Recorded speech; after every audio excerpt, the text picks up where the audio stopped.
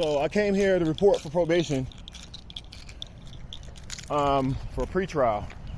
Came here to report for pretrial in the Montgomery County Court. And they said, oh, we're going to reschedule for an intake and appointment. Okay, the lady had initially told me that I was rescheduled for an intake appointment the last day that I was here, which was on Monday. So then I get here, and next thing you know, I'm being told I got another intake appointment.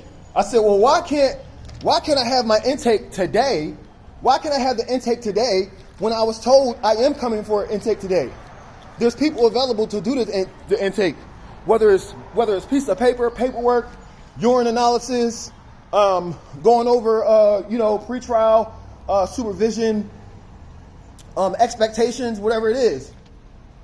And I'm talking in this pressured manner, like I'm endangered being in the front of this building, and you're still here, yes. But I have to make recordation. I have to document what the fuck is going on. Whether you like it or think it don't make sense or is contrary to what I'm expressing, I have to do it. So I kept telling her I'm endangered. I am endangered at an alarming rate. I keep being harassed at an alarming rate by the local police department. I keep harassed at an alarming rate, endangered, harassed, profiled, excessively harassed, slammed in the middle of the street. So many times, a few times it was made up, imagine probable cause to bother me. To toss me in the middle of the street. Oh, it was an accident. It was, you know what I'm saying? And I said, I'm a nigger in this town that keep getting over subjugated. Not because I'm being a criminal or doing anything wrong.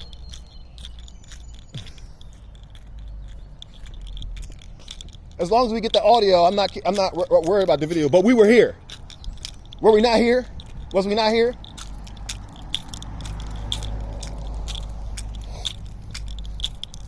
Were we not here? We were here.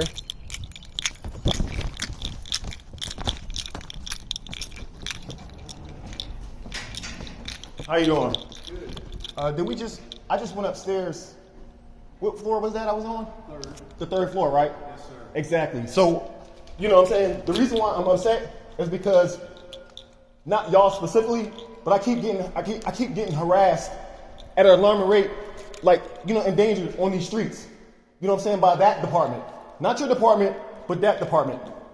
And so the other day I came here, not yesterday when I talked to my attorney, Angie Simpkins, but the other day on Monday when I came here, I was told that I'm coming here for an intake appointment. So, pulling people over in these towns is rare unless you're really doing something. I keep getting pulled over because I'm visible on the street, walking. That's why people, now people are calling me by my name that I don't know. I don't want them to call me by name. But people are going around talking to me about me in the agency. Now other officers want a piece of me, and that's what's happening. So me continue to walk on the street and come here, it is mentally and emotionally pressuring to me. So if I was told Monday that I was coming here for intake today, I should have went through the intake paperwork because there's three officers up there. You know what I'm saying? A new one that's going through training and the other two who's already been here. So if I needed to piss in a cup or do paperwork, that's what should have happened. You know what I'm saying? Thank you for confirming that I was here on the 17th on the third floor. Sure. Now I'm leaving for sure. She didn't like that I said that. I said nigger. I'm a nigger. That's all I am in this town, a nigger. A presence of a nigger to fucking gentrify. To overly oppress, to overly suppress.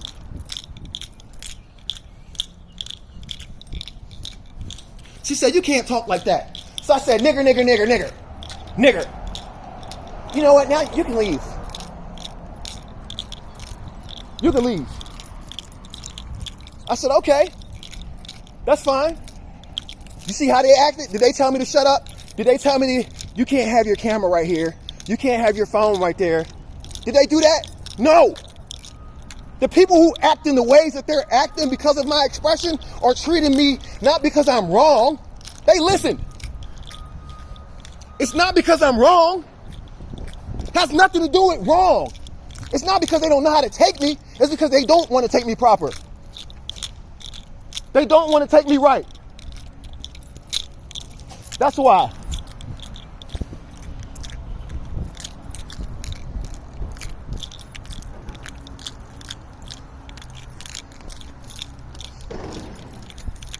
They want me to shut the fuck up and be a good nigger. That's it. Somebody want to say, oh, you're crazy. You got mental health and emotional health issues.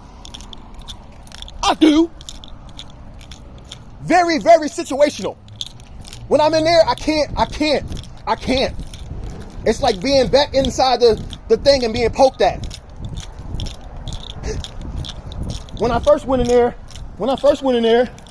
she wanted to make mention.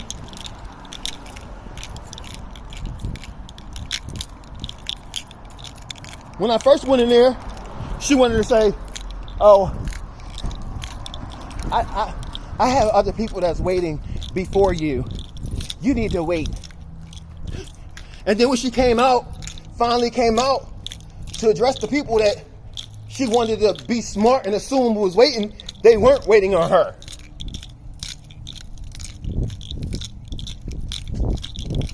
They were not waiting on her. And them same ass idiots wanted to go downstairs and probably contact the police because he went down like he came up with the officer. A subjugate. Same subjugate that got to be subject to the same bullshit. You know what I'm saying? When to go run for the police, oh, he's talking pressured. I'm talking about like an offender. Someone who's subject to probation. You know?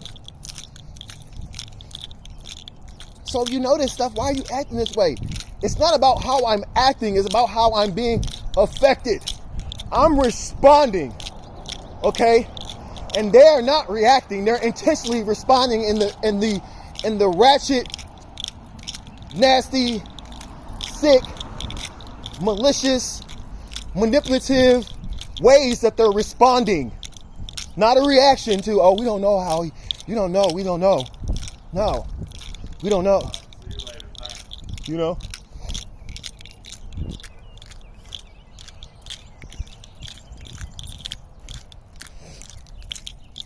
Now I'm going to try to turn this paper in to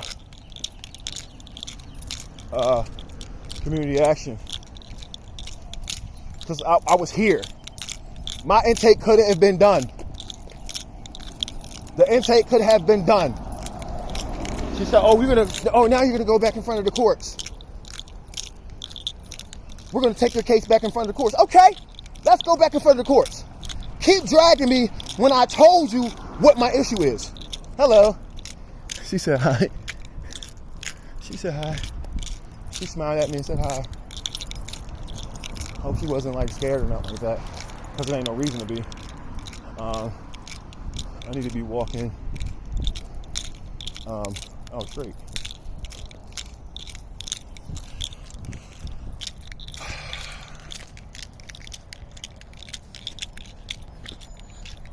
Fix.